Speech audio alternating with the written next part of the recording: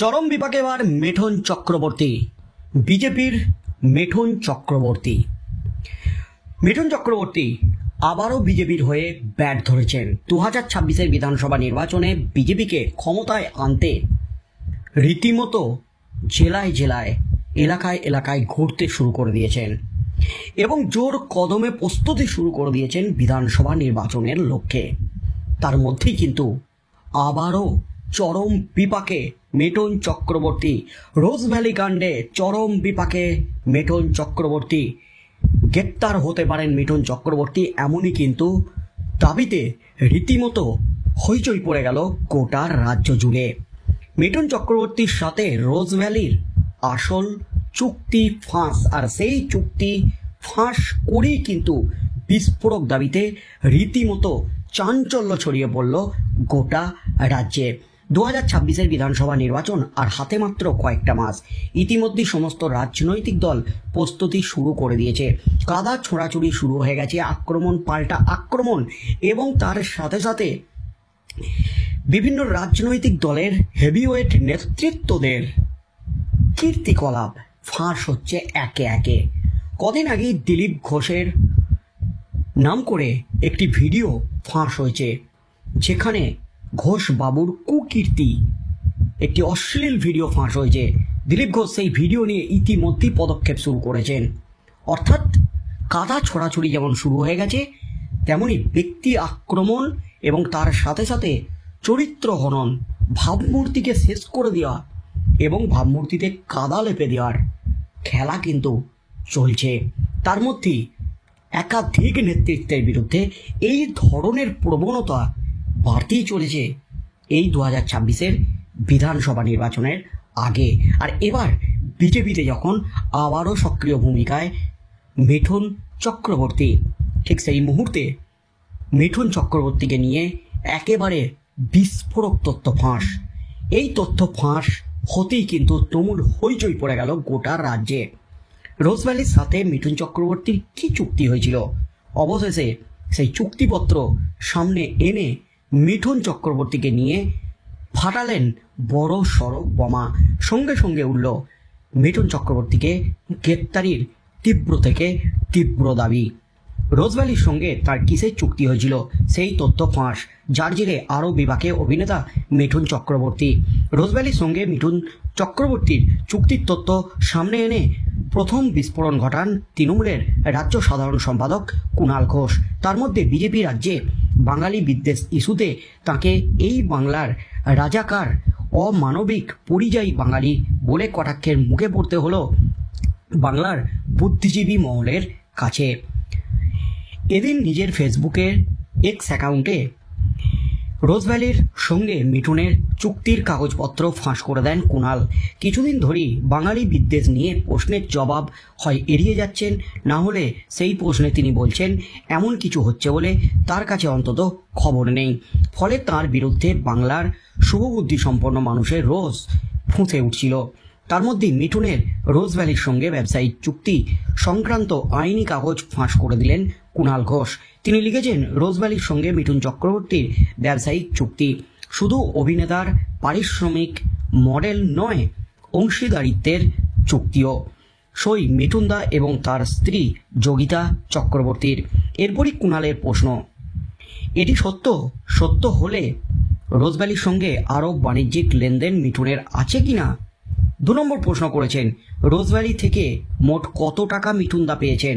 3 নম্বর প্রশ্ন, রোজভ্যালি থেকে পাওয়া টাকা মিঠুনদা ফেরত দিয়েছেন কিনা? 4 নম্বর প্রশ্ন, রোজভ্যালির তদন্তে কেন্দ্রীয় এজেন্সি কেন মিঠুনদাকে গ্রেপ্তার করেনি? এরপরই কুণাল সাফ জানিয়ে দেন, যদি আমি সাংবাদিক হয়ে লিখিত চুক্তিতে 6-7টি মিডিয়ার বিপুল কাজ করে চেকে পারিশ্রমিক নিয়ে ট্যাক্স দিয়েও বন্দী হই, গ্রেপ্তার হই, কলঙ্কিত হই, মিঠুনদা সারদা রোজভ্যালিতে গ্রেপ্তার নয় কেন? এই কারণেই কি বিজেপির পায়ে পড়ে বাঁচা? রোজভ্যালির তদন্তে অবিলম্বে মিঠুনকে গ্রেপ্তার করতে হবে, জিজ্ঞাসাবাদ করতে হবে, এমনই কিন্তু জোরালো দাবি করলেন কুণাল ঘোষ। কুণাল ঘোষের এই দাবিতেই কিন্তু হইচই পড়ে গেল গোটা রাজ্য জুড়ে। কলকাতা প্রেস ক্লাবের সাংবাদিকদের মুখোমুখি হয়েছিলেন বুদ্ধিজীবী মহলের একটা বড় অংশ। দেশ বাঁচাও গণমঞ্চের একটি কর্মসূচিতে তাঁদের তরফে ছিলেন সঙ্গীত শিল্পী সৈকত মৈত্র, সাংবাদিক তথা রাজনৈতিক বিশ্লেষক সুমন ভট্টাচার্যরা। সৈকত সেখানে মিঠুনকে নিয়ে প্রশ্নের জবাবে নাম না করে বলেন, বাংলার একজন সাংস্কৃতিক কর্মী দেখলাম বাঙালি পরিযায়ী শ্রমিকদের তাড়িয়ে দেওয়ার মতো খবরকে ভাঁওতাবাজি বলে বললেন, কোথায় হচ্ছে বাঙালিদের উপর অত্যাচার? তার মানে এটা পরিষ্কার যে তারা এটা দেখতে চান না, তারা এসব দেখতে পান না। সৈকতের কথায় উনি অমানবিক, হয় নিজের সুবিধার কথা ভাবছেন, না হয় খবর রাখেন না, আর তা না হলেও ওকে খবর কেউ দেন না। আসলে উনি এখন একজন পরিযায়ী বাঙালি। এরপর সরাসরি মিঠুনের নাম করে তাকে রাজাকার বলে কটাক্ষ করেন সুমন। তার কথায় বাংলাকে নিয়ে যারা এই ধরনের পোষণ করছেন তারা আসলে এই বাংলার রাজাকার। একদিন তারা জগদীপ ধনকরও হবেন। এই মুহূর্তের সবচেয়ে বড় খবর, মিঠুন চক্রবর্তীকে কিন্তু এবার ফাঁদে ফেলতে একেবারে বড় সড় পদক্ষেপ শুরু কুণাল ঘোষের। সারদা মামলায় 3.5 বছর ধরে জেল খেটেছেন কুণাল ঘোষ। সেই সময় একের পর এক বোমা ফাটিয়েছিলেন, এমনকি মুখ্যমন্ত্রী মমতা ব্যানার্জির বিরুদ্ধেও সুর জ্বলিয়েছিলেন কুণাল ঘোষ জেলে থাকাকালীন। তার মধ্যেই রোজভ্যালি কাণ্ডে মিঠুন চক্রবর্তীকে নিয়ে বিস্ফোরক তথ্য ফাঁস করে দিলেন। মিঠুন চক্রবর্তীর সাথে রোজভ্যালির কি চুক্তি হয়েছিল এবং সেই চুক্তিপত্র ফাঁস করে এক্স হ্যান্ডেলে এবং ফেসবুকের অ্যাকাউন্টে ফাঁস করে কুণাল ঘোষ দাবি করলেন মিঠুন চক্রবর্তী রোজভ্যালির অংশীদারিত্ব ছিল, তাই মিঠুন চক্রবর্তীকে কেন গ্রেপ্তার করা হবে না?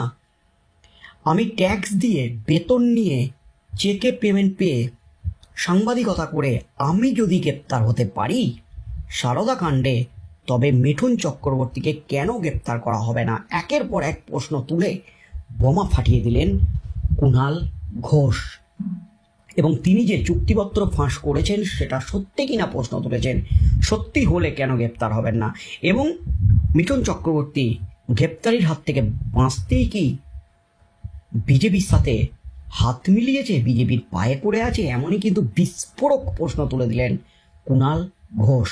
অর্থাৎ কাদা ছোঁড়াছুড়ি একেবারে তীব্র আকার ধারণ করলো।